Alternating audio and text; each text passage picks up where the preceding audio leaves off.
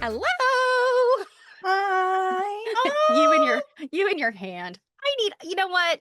The lobster claws are not doing it anymore. That was like a one moment in time thing. I need to get my own hands. I gotta have my own those are hands. I'm gonna wipe my mouth here. You're making me Yes. paranoid like I've got a chicken beard or something because I was just eating chicken. Yeah, and you're cheating on our Stitch and Glitch stream by eating chicken. I know, I know. You might just have to suck it up and have some more on Saturday. I know that that will be depressing and will make you upset, but you might have to do it. I might could double chicken. I've been I known to do it might before. could double chicken.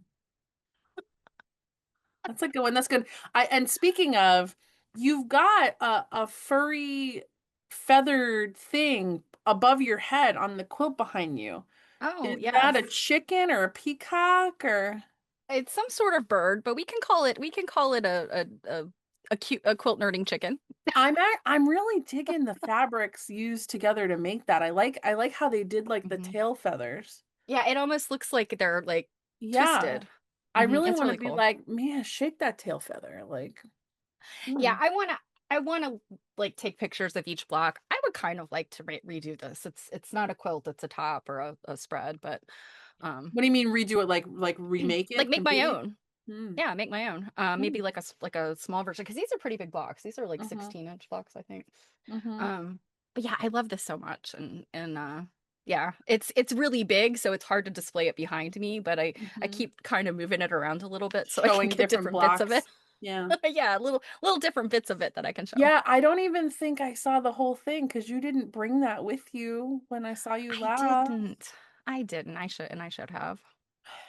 God, I can't Bad take cake. you anywhere. I know. I know. Well, we're here and um I do hold on one second. I'm just pulling something up here. I do oh my God. This is the last Tuesday of the month. Like it's the 25th. Oh my, it's the 25th. Okay, I was gonna say let's talk about December stitching glitches, but we don't have them yet, so you're just gonna have to wait and be surprised. Yes. Um, because also Stephanie was telling me right before we got on this stream that she has a not fun doctor's appointment she might have to change. So that could affect when we do one anyways. So to be determined. To be Um, determined. but But in the if meantime, yes, have in you the been doing mean your reading? yes, in the where did my oh there's my book. I'm like, where did my book go?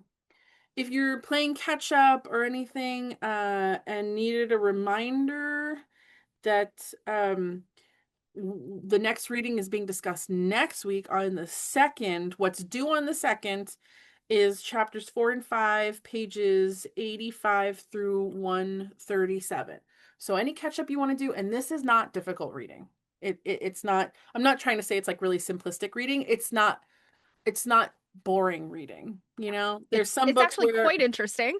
yes, there's some books we've done where maybe a chapter here or there was kind of like, that was a bit of a snooze. But this is very interesting, especially because the photos are so good. For All sure. right, so what are we going to look at, Stephanie? Well, we're looking at something that I've already kind of previewed a little bit on my stream, but I haven't shown all of it. So this is the quilt study exhibit that was at a seminar in Portland. Just was that last month? I can't even keep track anymore. It was last month, I Wait, think. Oh my God, was it just last month? But it was early last month, so I feel like we're almost 2 months out, In any event, this is a really cool every 2 years quilt study that we do. They accept 50 people, and half of us get to travel. Our quilts get to travel for like 3 years. They go to different textile museums across the U.S. New England Quilt Museum's one of Yeah, them. yeah. So keep an eye on my quilt when it gets there. By the way, I'm gonna go wipe my nose on it. it is a white quilt, like a primarily white quilt. So I don't make a lot of quilts that are like primarily white simply because, well, I get Dorito stains on them as I'm quilting. I was gonna say I'll make sure to go touch it after I eat like pizza. Pizza, Cheetos, whatever. All right, so let's just get into it. Let us. Let let me share my I didn't screen. have a chance, just like the antique exhibit, which is the last recorded video that we did, which is very good. Go take a look. I didn't really even though I was in the same room a lot of the times, I didn't really have a chance to really go and like look at this exhibit. And I guess we should also mention we're just showing less than half of them, right? Yeah, less than half. And I think we did not end up with a total of 50. I think it was It's a two 40.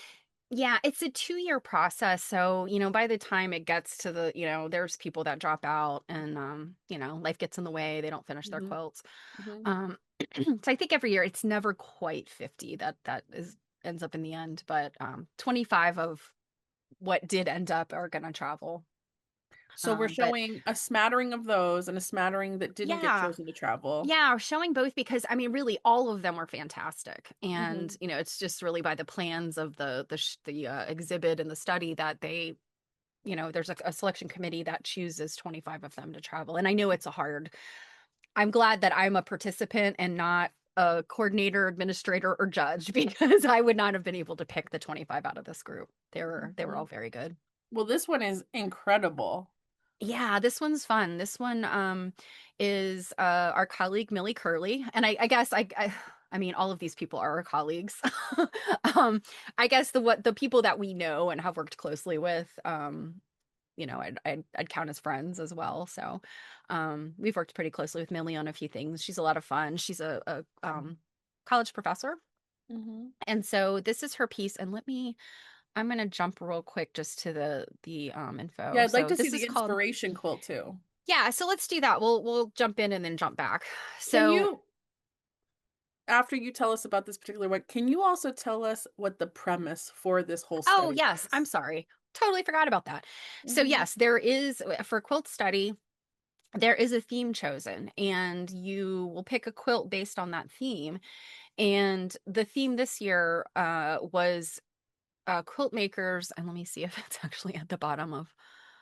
Yeah, it's quilt makers and designers 1945 to 1979. I kept getting those dates wrong. Um, it's a part of the history of quilting that often kind of gets overlooked because it's a time period when like not a lot of quilts were made, at least not the way they were at the beginning of the 20th century, and then after 1976 when the bicentennial was like really big explosion of quilting. But there in the middle we kind of have like a less quilting, and so it was interesting to choose quilts from that time period. So um, Millie chose this one, and her title is Making Home. This I wasn't familiar with this quilt, and Mm. I don't know. Mary Pemble Barton is the quilt maker. Um, and so Millie's got, and I don't think we're going to read these in depth because they are kind of lengthy. We had like I think like 300 to 500 words we could Yeah, write. So we'll make sure you that we know. get the whole thing on the screen though, so that you can Yeah, browse I'll and I'll read. I'll back up in a second so we can see that. But this is the quilt she chose, and this is a really interesting quilt. I Hmm. would like to see it in person, really. Hmm. Um, but it was, I guess, made in 1969, and then it's called Heritage Quilt. And it then went on to like a bicentennial quilt show. It's got a bald eagle on it, although Well, Millie and did not. I was gonna say Millie is also very interested in like story quilts. Yes, So it doesn't that's another surprise me at thing. all that she chose something like this. Hmm. Yeah. So we're leaving it this up a little bit if you want to read some of her words. Hmm.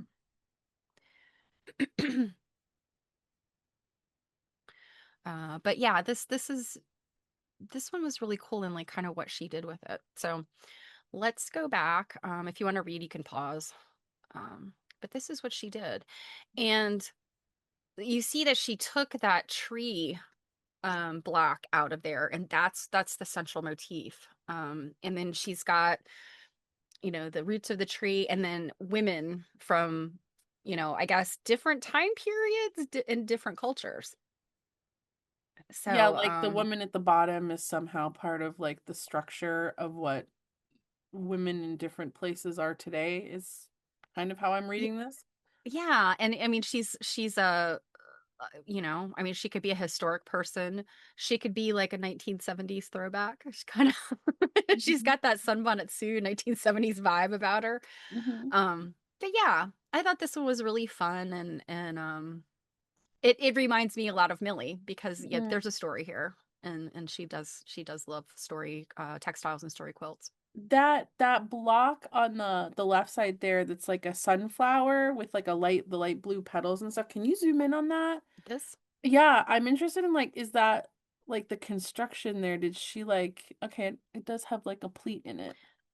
Yeah, this is Oh. isn't there a sunflower block that you take Mm-hmm. the petals and you kind of do like a little Mm-hmm. pleat to give them, yeah. Mm-hmm. And also you can see, I mean, she did some really interesting free motion quilting in here. Mm-hmm. I have to say I do not have these skills. I can do it by hand, but I can't do it on a machine. So, um, I think that this is really really Yep, awesome. And it it's looks really like, yeah, and there's another one. And look at this tiny little these quilts are only about, I think they're supposed to be in the range of 42 by 42 inches. So this is pretty small, this little mm-hmm. grandmother's flower garden piece or hexagon piece, and she's fussy cut these little flowers. I also suspect she's used some specialty fabrics. Like this woman, it looks like a piece of a sari, that Mm-hmm. gold band there. Mm-hmm. Mm-hmm. So yeah, Very cool. very cool. All right. I'm moving right along. We'll take a quick look at this one and we'll Wow, come the back to the quilting details. alone is like whoo. Yeah, this has got some, I think it's sort of like what do you call it, echo quilting. Mm-hmm. So this one, I don't know Joan. I've never met her, I don't think. Um, but hers is called President's Profiles, and this was inspired by, let's see, Hazel B. Farrell of Middleburn, West Virginia. Um, a gift for President Ford. That's pretty wild. Um, so this Do you is think it ended up in a crap closet in the White House? I don't know, those presidential gifts. I mean, we always talk about, and if you're not in the know, what Jill is referring to is the winning quilt out of the Sears, the 1933 Century of Progress quilt show, where tens of thousands of people entered. And the winning quilt was a little controversial because the woman who entered it didn't exactly make it. But it was gifted, it was presented to Eleanor Roosevelt, and there's pictures of this happening, and then the quilt disappeared into the void. And we are certain it went into some kind of White House crap closet. And if you want to see the clip, it's actually our most popular short on YouTube. Go to the shorts tab and look for the clip that has the most views, and that's the clip from the video where we're talking about the crab closet. And it's cute. It's cute. Yeah. So let's go back and look at it. So she's used that checkerboard type border. And the same kind And of block then motif in the center. yeah, yeah, and all these different like patriotic sort of things. And then Hmm. 76 to 2026. So she was looking at this as like a our quarter millennial that's coming up. So I thought that was also kind of a cool aspect of working that in here. Hmm. And you're absolutely right. I mean, that quilting, that's a lot. And I think this is hand quilted. So a lot of I do time not spent there. I do not have those skills. Yeah, this pretty dense hand quilting on something like this inner part, um, I would guess is probably about 30 inches square, this Mhm. center piece. Mhm. So that's pretty big area to hand quilt. So, um, kudos to Joan. Mhm. And also I'm like really fascinated by these silhouette type things like because they're pretty small. Mm. And honestly, it looks like she did reverse applique on these.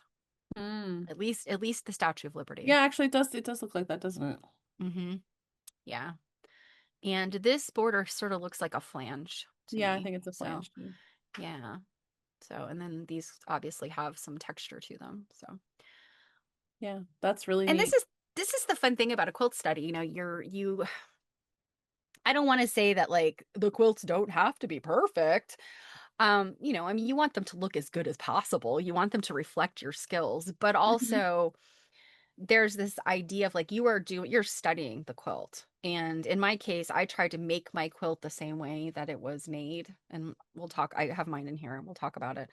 Um, and so it's not that I didn't want to do my very best work, but I think it's like it's okay if there's something funky, if there's something that just because you're looking to look at the original quilt and yeah.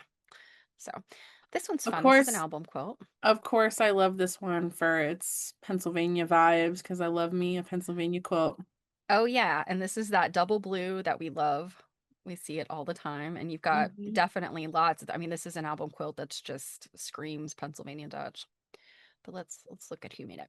So, this is a Pennsylvania quilt for Mary and Betty by Dale Drake. Um, Dale is a friend. She lives in Indiana.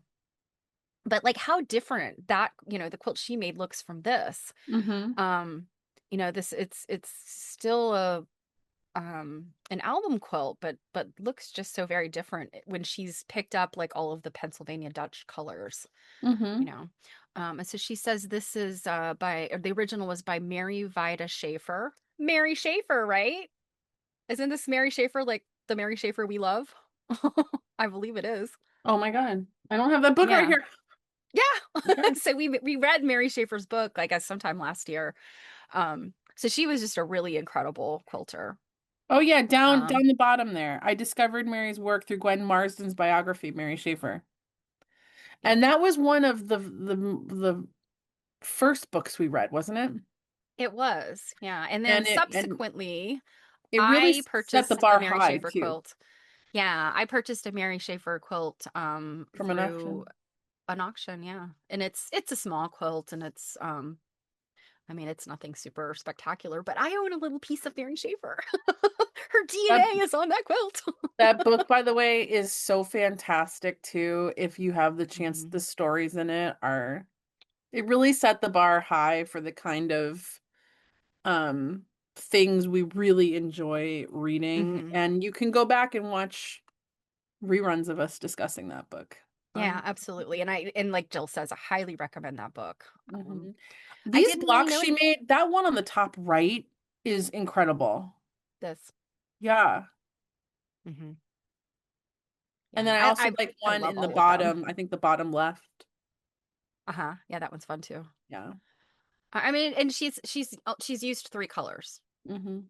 The red, the gold, and green. And I think the green is the same for all of them, but the red changes and the gold changes a little bit.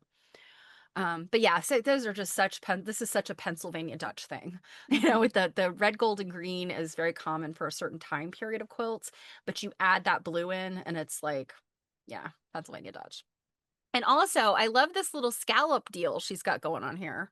Yeah, especially Um, for like an inner border type edge yeah, yeah, thing. and trying to I'm guessing this is appliqued Yeah, on. it looks like it. That's what it looks like to me. That would be the easiest way to do Yeah, that. and you know what? This isn't that double blue I thought it was.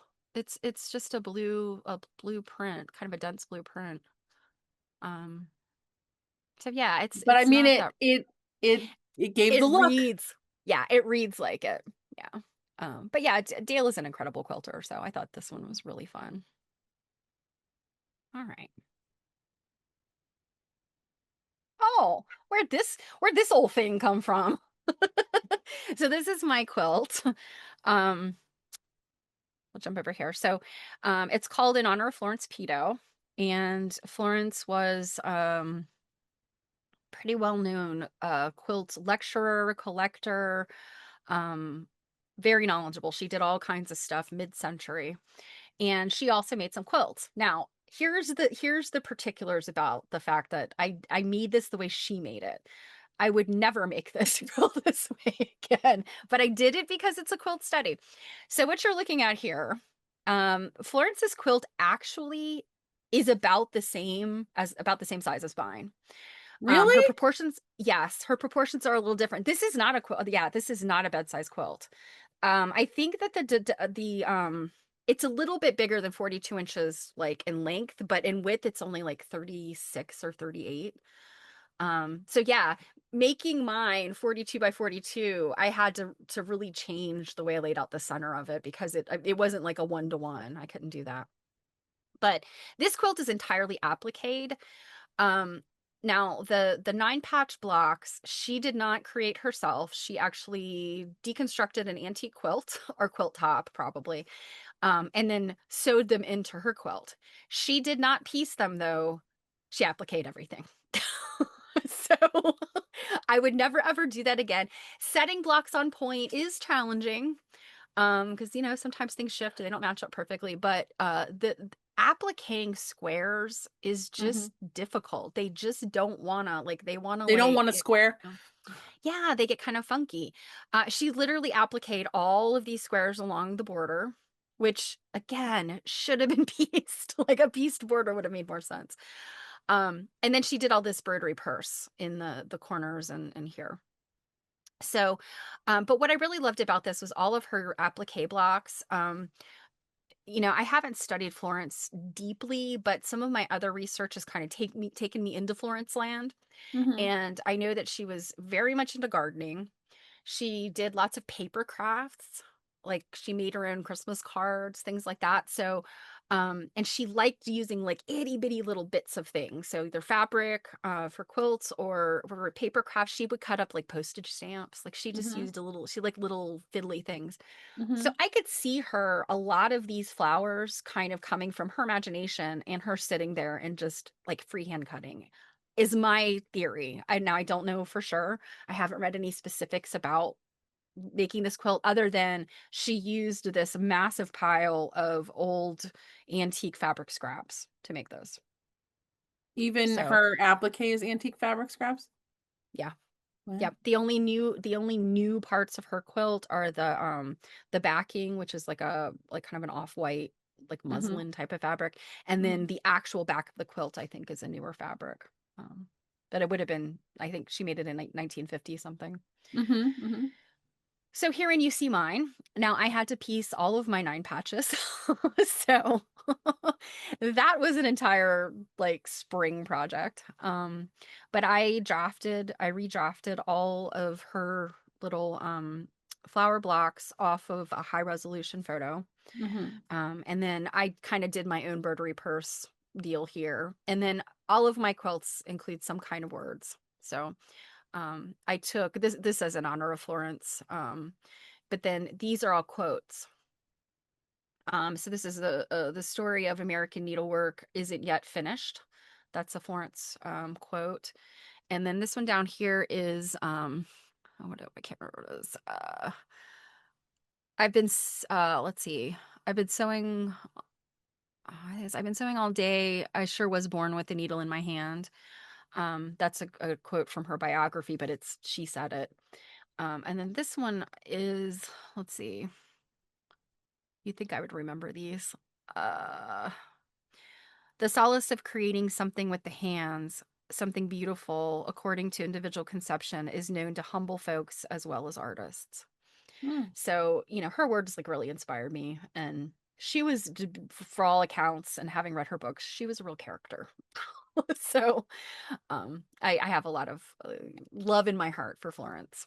So, what would you say then is your kind of reflection of this whole having gone through this whole process? Um, well, I went about it as, I wasn't trying to recreate the quilt itself, but I was trying to recreate kind of her thought process. And I'm not as skilled what she did. I think my individual appliques, I mean, if I have to toot my own horn, I think I'm a pretty good appliquer. I've been doing it for a really long time. But I'm not a great piecer. Hmm. And I suspect she wasn't either. And so that's why she opted to applique instead. Um, so yeah, and rotary purse feels like it's a shortcut. It's a lot more time consuming and difficult than it looks. you know um Her embroidery purse is very like the repetition is very even, like she used the exact same flowers out of the exact same fabrics. Hmm. I took a more of like an eclectic approach, just based on the fabrics I had in my collection. So So would you participate in a quilt study again? oh, absolutely. Where the next one's been announced. The topic is celebration quilts, which could include things like bicentennial, centennial, or it could be, birthday quilts or commemorative quilts for all kinds of different things. There's the graveyard quilt in Kentucky that was like the lady who made that was moving the little coffins Hmm. when her people died. It was like, and that's a commemoration. So there's lots of really interesting options there. Have So you already picked your new quilt for that? I have one in mind, but I'm not sure yet. And the signups are not going to be open until early 2026. So I might change my mind by then, but we'll see. Hmm. Hmm. I'm not going to spill any beans yet. I don't know yet. And also, your quilt is traveling. It is, yeah. Do you already know all the places it's going to go to, or they don't tell you that ahead of time? I don't. I don't know that they tell us ahead of time because I think because it's 3 years out. I think there's some maybe towards the end that could Aren't change. finalized yet. Also, it's probably important to mention too that AQSG publishes a book of these quilts. Yeah, I was going to mention that earlier. Yeah. So these, I think the book will be available sometime in the spring.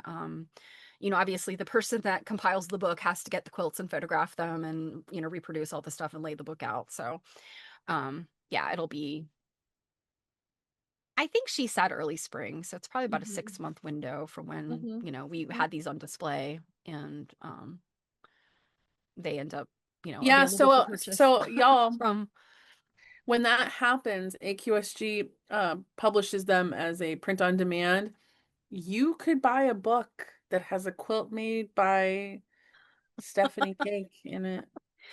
Yeah, I've been published a few places. So but yeah, I'm pretty proud of this one, even though it didn't like everybody's giving me like very kind compliments about it. It didn't turn out the way I wanted it to, but again, that's the thing. Like, if you're a practiced quilter, you can pretty much, if you're going by pattern, you could pretty much, assure that it's going to come out generally the way you expected it to. But this one was because it was kind of an experiment, a study. Um, it didn't quite turn out the way I wanted it to, but I'm So generally if happy you with were to it. make it again, there's things you would definitely do differently. Oh yeah, I'd piece it. I'd piece the whole thing and the applique blocks, of course, but I'd piece the rest of it. Hmm. And I'd quilt it differently. Hmm. Yeah. So, all right, enough about me. Oh, sorry. Oh my goodness. This one is and Hey, I didn't we know recently see that photo in we did. This is a recreation of a photograph called The Quilting Party. But it's a recreation of a quilt made by a quilt artist named Bertha Stange, who recreated the picture of the quilting party. So it's like a double meta thing. This was made by our friend Cheryl Lowe, and she calls it the quilting party, and I believe Bertha Stange also called it the quilting party. Wow, that's crazy. Oh my Yeah, goodness, so that's the inspiration quilt? mhm. Is all of that like a cheater cloth or is all that pieced? I think all that is pieced. Now, Bertha Stange was a very interesting, prolific quilter. Well, I'd say prolific in the sense that she made a lot of like very detailed things. Um, one of our good friends is kind of a Bertha Stange expert, Yeah, and it says I have, surrounded by various piece borders. mhm, yeah, I have not had the pleasure of diving deep into Bertha Stanke, but there's a different quilt she made that is one of my all-time favorites. I think it's called the Quilt Show or something like that. Um, but yeah, her stuff was very interesting. Um, yeah, I think it's interesting. Cheryl does mention down here, I finished this process with much better needle skills than when I started because um, what she did is a lot of like really intense, tiny applique. Mm-hmm. And I was lucky enough to see this in progress. Cheryl and I were at an event when she was working on this, and all of her progress in here. It's amazing to me. I mean, I saw it when she'd first started laying the people out and kind of basting them down, and I didn't know how this would end up, and I think it's really very cool Mm-hmm. how it ended up. And she's fussy cut border stuff here. She's also pieced these little star blocks, um, and then all of this detailed work in here. Pretty Mm-hmm. amazing. Yeah. Cheryl makes a lot of reproduction quilts. She reproduces so this one obviously is a study, but she has also done like one for one reproductions of Florence Pito's quilts. Mm-hmm. So she has made the one that I studied. Interesting. And hers is more of a, one to one. Mm-hmm. There is, and I didn't mention this, there's also, and I found this out after I patterned each of the blocks, the applique blocks. There is a company called Hoopla that has worked with the Shelburne, which is where Florence Pito's quilt that I looked at is. And and I can't remember the woman who owns the company, but she has gotten permission to pattern Florence Pito's quilts. I did not know that until after I'd done mine. I would not have bought the pattern and done it anyway because that takes away from the aspect of study. But Mm-hmm. yeah, I was like, oh well, if you do like Florence Pito's quilts and would like to make one, there's a pattern for it, and you could probably be much easier situation. Mm-hmm. Um, all right, so moving along. This one's very This one, visually stimulating. yeah, this one's called Kaif's Bow Ties, and this is by Jennifer Perkins. I don't think I know Jennifer. I don't think that we've met. Um, so I think this is a quilt made by just a person she knew. I say just a person she knew, but like not a famous quilter, but a person that was in her community. And and sometimes I think those are kind of the best, to look at, because you usually have better access to those quilts. Mm-hmm. And so it's a bow tie pattern, kind of a simple traditional pattern, and um, she obviously went Is in whole love with hog Kate Fassett. with K Facet. Yeah. And I think what I really like about this, because, and again, think about the 42 by 42 general range. Um, and if you know what K Facet's fabrics look like, they're very bright, very busy. And I really like what she's done here. I think if she hadn't stated this was Cave, it might take me a minute to realize it was Cave. Mm-hmm. Um, because from a distance, it's just got this like beautiful, very moving, like it moves. Um, but then once you get up close, you kind of see like the little aspects, little tiny, like the circles and things that you recognize from Cave. Mm-hmm. Um, but these pieces, I think she's cut down so much that it's hard to tell. And I And think the that's a fact successful use of something like, these big prints. and the fact too that she put it on a black background Hmm. really makes it like Yeah. pop. Yeah. And I don't know whether she machine pieced or hand pieced. And I would say she probably machine pieced. And I think the quilting, it looks like it's she's kind of done like a stitch in the ditch, so I think it's Mm-hmm. machine. Mm-hmm. Um, but yeah, I thought this one was really cool. It's, back away from it and it's just got all this like really cool movement. Um, yeah. For sure. Yeah. Okay, this one, Mm. take a quick look. Mm-hmm. Mm-hmm. So this one's called Path Through the Woods by Mary Walter. And we met Mary just this year.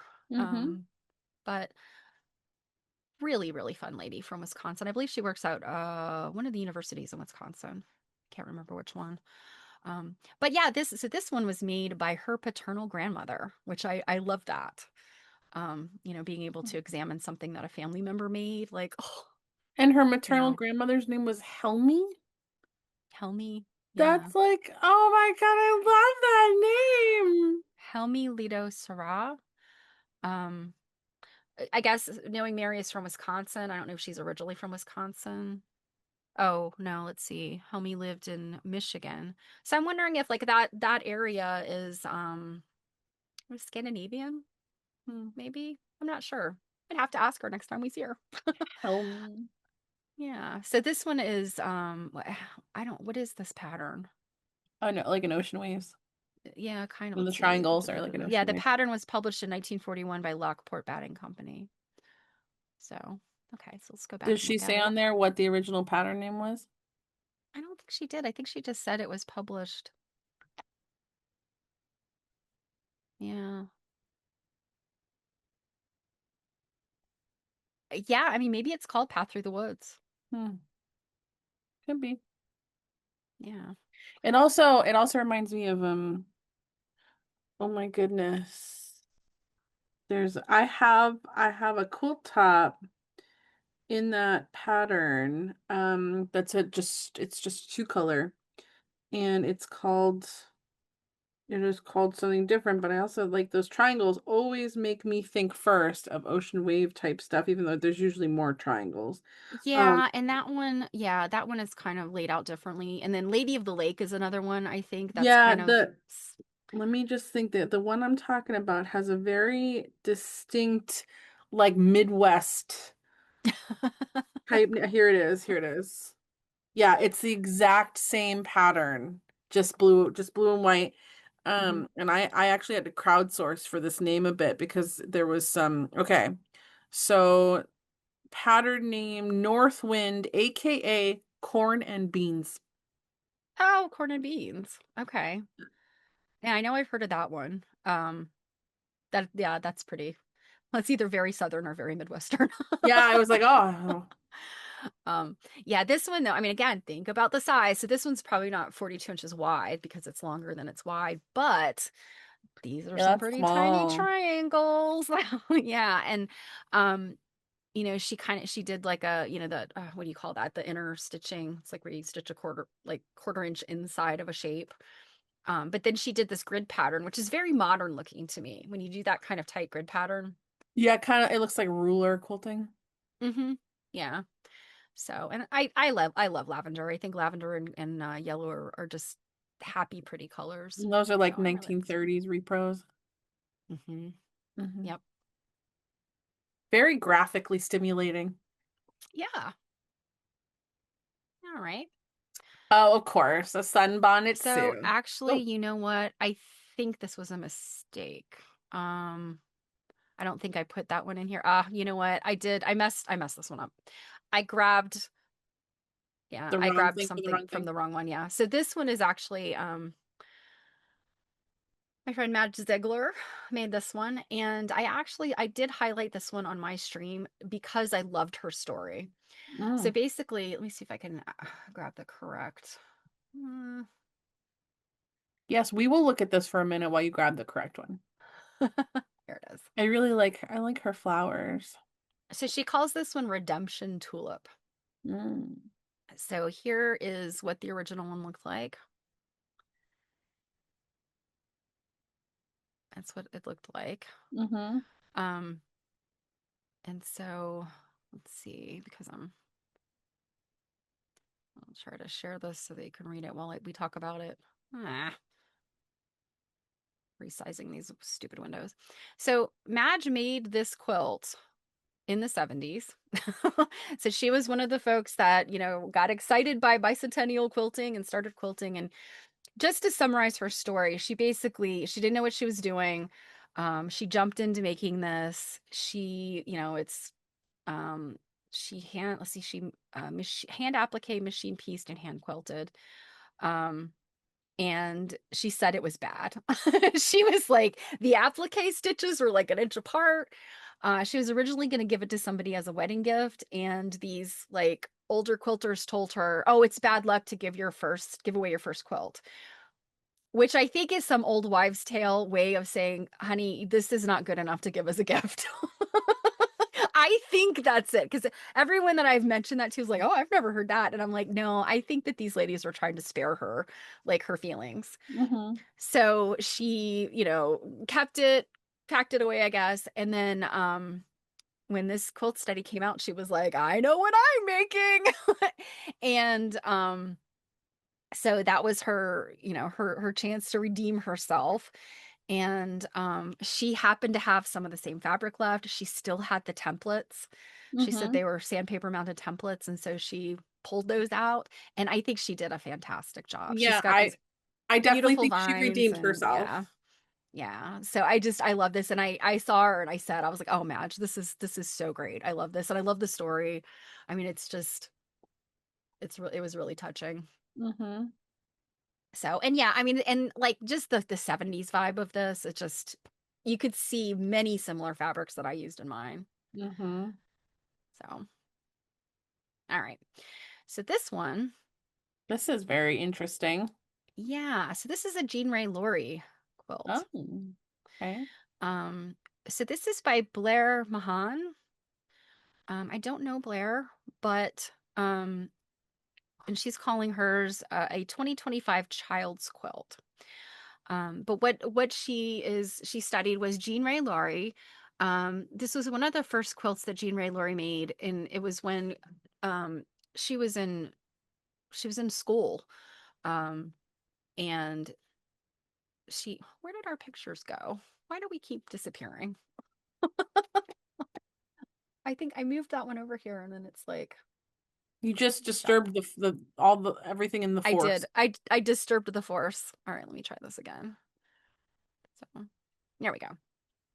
So I think Jean Ray Laurie was like basically an art school, and her son was 5 years old, I think, at the time, and she had to make a project, and she was like, I'm gonna make a quilt. And so I think maybe she had done some kind of the stuff, along the way, but this was in the 50s, and it was very um innovative for that Mm. time period. Like this kind of stuff didn't really exist up until this point, and she made a number of them. Mm-hmm. um but it's so charming. And I think she used some of the exact blocks that Jean Ray Laurie used, and then I think she made some that were different. I haven't done a one-to-one. I know the Mm-hmm. crab is on Jean Ray Laurie's quilt. Yeah, that volcano is cool. Yeah, yeah. Um, and I don't, again, I haven't read the details very much, so I don't Mm-hmm. know. I'm just looking really quick. I mean, there is a volcano, there is an egg in a frying pan, there is a firefighter, Yeah, she might have just pulled there's her a favorite phone. blocks. Yeah. She might have pulled her favorite blocks out of here, and they're Mm-hmm. all based on Jean Ray Laurie. But what's Mm-hmm. really interesting is Jean Ray Laurie's son, he's a beekeeper. And he is on Instagram. If you search for him, his name is Tom. This is Tom's Quilt. And he's an interesting guy, and he does occasionally post things from, that his mother made. So Oh. very touching. Mm-hmm. Oh, all right. This one I haven't Oh, looked at really closely yet. But very cool. Like I like the all of these, colors. yeah, and just like they're sampler kind of blocks, but they're not your traditional like grid of samplers. And then we have this little piece in here that's kind of gives me Sunbonnet Sue vibes, but it's the little person has a face, so not exactly Sunbonnet Sue. But yeah, these fabrics are really pretty. um and of course I love a Lone Star or a Mm-hmm. Star of Bethlehem. So let's see who made this one. Okay. So this is Denise Coulter. Not someone I know either. Yeah, I don't know her either. So So 1974, Norma Bennett. So this must have been a person that was maybe in her life. Oh no, maybe not. She saw it on the Quilt Index. Hmm. Okay. So she updated Norma's quilt and she's featured the Bonnet Girl. That's cool. Mm-hmm. Um, that she didn't really necessarily know this person, but Mm-hmm. and this block here, there's another quilter in the study that used that block Hmm. from a quilt that I think was all those blocks. But yeah, there's the little bonnet girl at the top. But this screams 1970s like the brown and the orange and the gold Mm-hmm. and that kind of I can turquoisey. I can picture the living room that this quilt sits in. Like, Oh my gosh, this would have looked so good over the black and orange plaid couch that my grandparents had. I often think about that couch. I don't know whatever happened to it. It probably went to the landfill. It was such an ugly thing, but this would have looked really good with it. yeah, the ones that are still surviving are the ones that lived their whole lives in plastic covers. Well, the thing is, it was in good condition. They had it forever, and it was in very good condition, but like who would want it? Oh, it was terrible. So yeah, it's very cool the updates that she made to this. This is very Mm-hmm. modern looking compared to, the standard grid. Mm-hmm. So maker designer, maker designer. Hmm. This gives me This I cozy just vibes. what? This gives me like cozy vibes, like Yeah, it home. does. Grandma Hmm. made it, like. Yeah, and I think this all looks like um well, I think this is all vintage fabric, but this all looks like regular fabric to me, like, Mm-hmm. cotton or maybe blends. But Mm-hmm. I do know that a lot of times you'll see these quilts and they're actually polyester. They're double Hmm. knit. So, this is Marsha Bost. I don't know her, Oh, but neither. gosh, some of these did not turn out good. The pictures that I took Mhm. of these things. I mean, it's hard with that overhead lighting, and these things are laminated Yeah. and. Yeah, let's see. I'm quickly reading through here. It's not a charm or Oddfellow quilt. Um, Alma Lewis Lehman. Oh, it was her grandmother. So it was an unfinished top left to her by her grandmother that she based it on.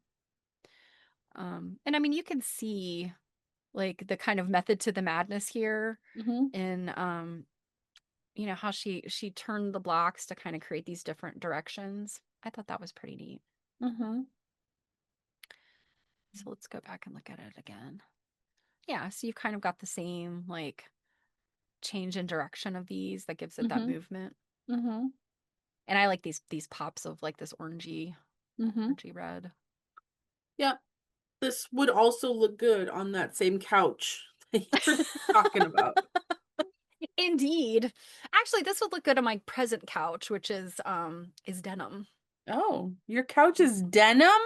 Yes, it's I why it's think I need lasted for so long. I Yes. think I need I think I need pics of said couch.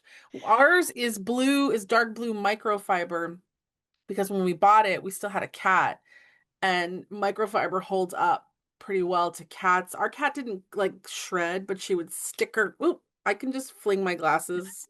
You know, our cat would like stick her fingernails into the fabric and pull them out, and microfiber holds up Yeah. pretty well to that. Denim does for a little while, and then it's too late for it. Now this is our friend Colleen. Hmm. Colleen Picorni. Colleen is also a professor. We got a lot of professors in our midst. Hmm. Um, so this is she's calling it Modern Crossing, and this is her inspiration is Nancy Crow. Mm. So Nancy Crow is a studio art quilter, and she had a lot of quilts like this, but then she also had ones that were a little bit more. I don't a little more eclectic, I guess. Like this has Hmm. got this very strong sense of pattern. Hmm. So some of her other stuff, I guess her earlier stuff was a little different. But anyway, from what I understand, in watching Colleen talk about this online, we weren't supposed to show pictures, but I think she kind of showed some process stuff. Um, She made the quilt and then decided she didn't like it and remade it. Oh. I was like, "Colleen, crazy lady." Um, but yeah, I thought this was very successful. Mhm. Um, Mhm. it's got that secondary piece and all the things. It's very cool. So I like looking at this one. And Mhm. I feel like she's done something similar to this that was like maybe in like fuchsia and black, but I could be thinking of somebody else. Probably. I mean, I from what I'm remembering from her like Instagram, she does a lot of solid work.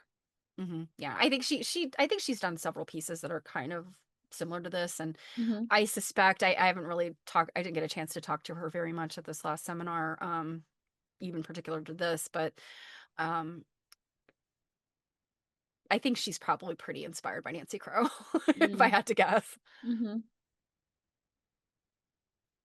All right, Oh, we like a weird one. yeah. So this one is called Loretta's Medallion, by Linda Lane Thornton. And she's from Portugal. I don't know if she's been to any seminars that we've been to, so I don't know if we've met her. I feel like I've seen her name before, but I can't remember the context. Yeah. It almost looks But like she she did like a one-to-one, Yeah, like she did. She did a one-to-one, and this is of Loretta Petway's medallion quilt. Loretta Petway, of course, is one of the well-known Gee's Bend quilters. The Petways are multi-generational, like five and six generations of quilters. Mhm. There in Gee's Bend, and Loretta's pretty well known. I Mhm. want to say Loretta is, well, I mean, based on the time period we had for these, I would say Loretta was is fairly elderly if she's still alive. I'm not sure. So yeah, and so it's held at the Metropolitan Museum of Art in New York. But yeah, I mean, it's a one-to-one. Mhm. And I do love the way she quilted it. And I don't know if the quilting is the same as on Loretta's version. Mhm. But she's really added a different type of movement because I mean it is wonky. That's Gee's Bend quilts tend to be this way. Um, and she's kind of added this second, aspect of movement in there. I think it's Mhm. really successful. Yeah. Mm. Mm. This one is a Molly Upton Mm. quilt. So tribute to Molly Upton's Alchemy, and I believe it was called Alchemy was the title Mhm. for Molly Upton's version, made by Liz Gray. And M- Molly Upton kind of has a really sad story. She died by suicide very young, probably not long after she made this quilt. I want to say she was in her late 20s. I don't think she was 30 when she died. Um, yeah, so let's see, 1977. Yeah. I didn't know Molly Upton went to Dana Hall School. Yeah, Huh. I guess that's in Massachusetts. Mhm. Yeah. So, anyway, Molly Upton, I often think about her and had she not died, like what would she be doing today? Mm.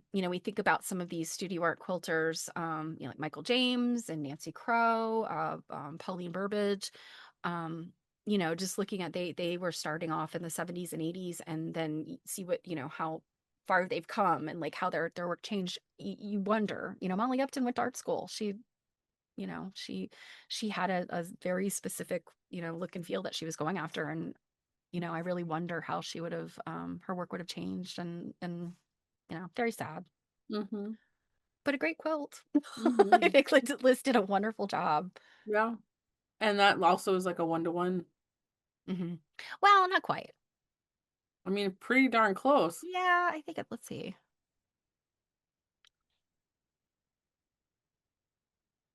I think she's shaved off some borders, I think, and maybe made the centerpiece a little bit narrower. But yeah, she's picked up, some of the same pieces. Mhm. So, It looks like in that the center, like the half pieces that all come together, it looks like there's less of those. She's hmm made them like a little thicker. yeah.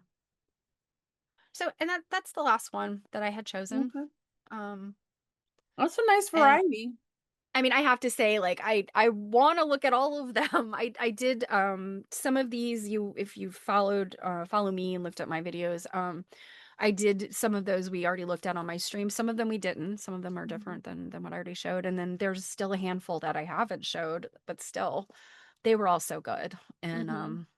I kind of have that sense of like the sisterhood of the quilt study, and it was all we were all kind of all excited, the people that were at seminar, to kind of go down there. We're like, oh, where's your quilt? Oh, let me see my Mhm. quilt. So it was pretty exciting. Well, and then when you guys get knowledge of where they're traveling to, you'll have to let everybody know because one of the things we talked about was not showing all the quilts that are going to travel so that, just like when I take an Yeah. exhibit, if it travels, I don't show everything so that you feel like there's still something worthwhile going to see. And also showing them here can't, we can look at them pretty darn good and get good close-ups but it's Yeah. never going to be the same. Yeah, it's never going to be the same. And obviously, I didn't get any detail shots of anything. And the pictures I took of the placards were terrible. So you'll be able to see if you go, have the opportunity to see these anywhere, Hmm. they will have their placards and, Hmm. you'd be able to spend more time with them. So we do know they will go to the Virginia Quilt Museum eventually. They Hmm. will go to the New England Quilt Museum eventually. Hmm. Um, Maybe Rocky Mountain. I know Rocky Mountain Quilt Museum has gotten the quilt studies before. Hmm. I think the 19th Century Blues was the last one, and I do know they had it. There's a textile museum in Wisconsin. I don't know if they end up with the study quilts.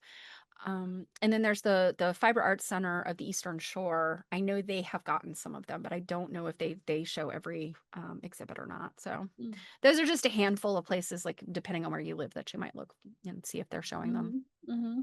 Yeah, and you'll have to Well, keep an eye out because it's over a 3-year time period.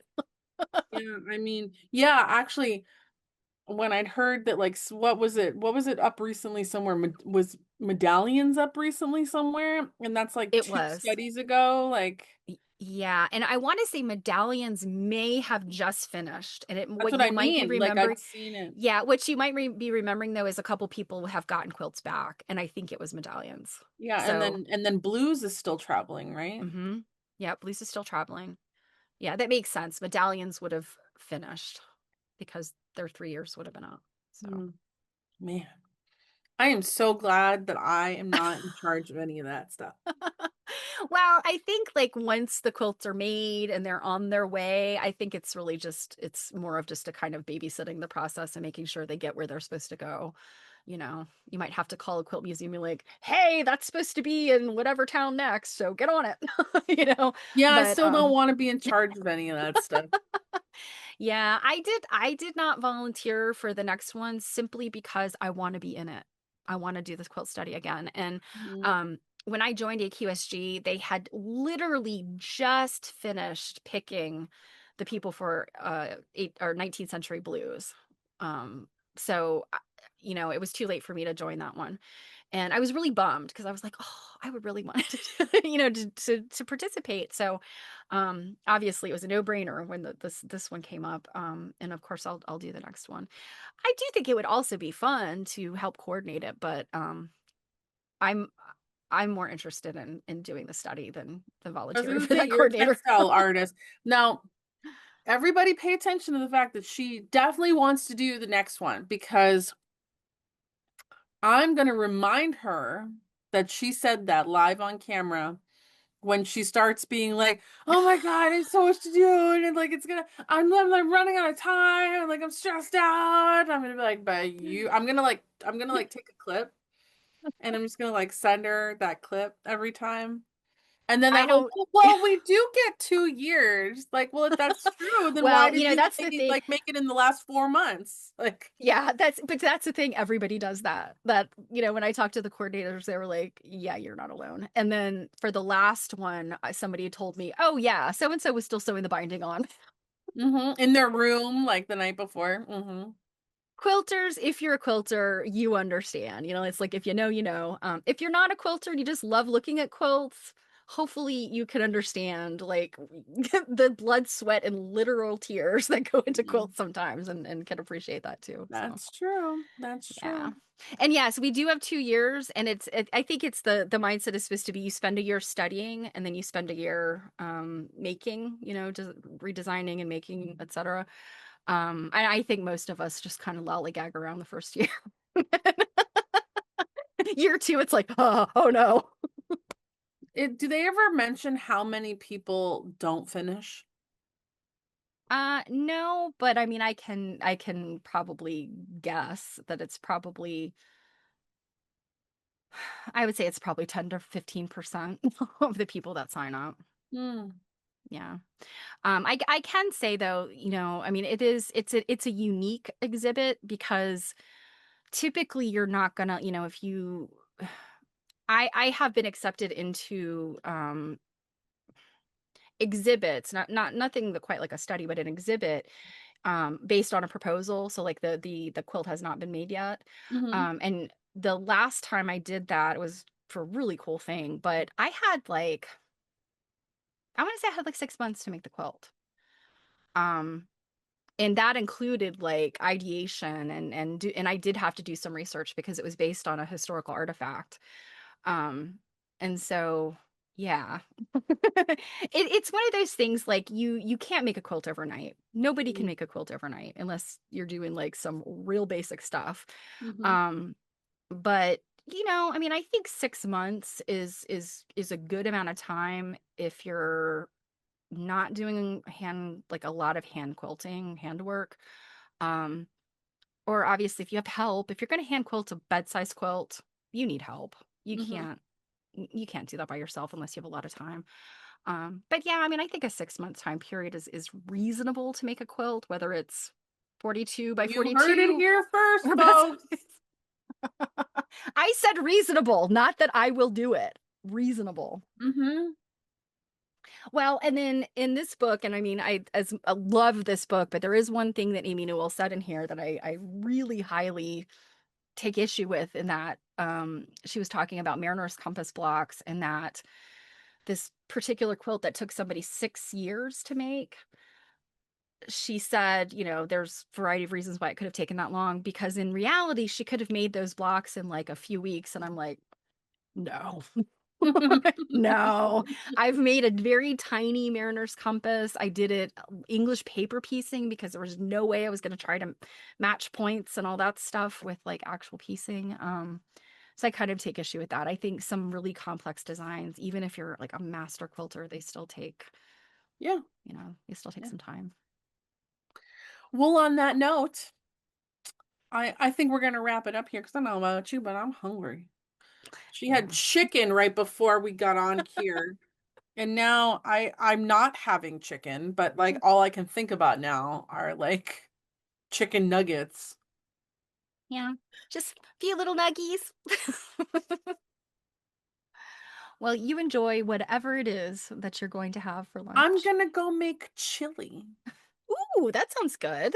because it's chili. Was it Hmm. cold? It was 28 or no, 22 last night. I was complaining yesterday about how cold it was the last 2 days, and today it finally has warmed up some. So we're in the Mm. 50s. It was Oh, actually, even though it was overcast, it was actually it felt pretty nice outside. But we're yeah, it's soup weather. slowly, we're gonna get up into that. We're gonna get almost to 60 next Wednesday. So This is the crazy weather that like you never know how to dress. I mean, I'm obviously because I've been outdoors, like sweater, t-shirt, I don't know. I had to wear both. I was gonna say, well, the nice thing is that like us ladies, we can go out in a t-shirt because we're gonna hot flash our way through anything anyways. So yeah. Mm-mm. Well, Right? everybody have a good holiday weekend, Yes. whatever you do or don't celebrate. Yes. Gobble till you wobble, as they say. I say, people that try to like eat light and diet through the holiday season, I do not understand you. Bless you, more power to you, but I will be more pie for me. But I truly believe that you should eat to your heart's content on Thanksgiving, eat everything you want to eat. And I have to give you the old Hokies. Wow, words to live by. All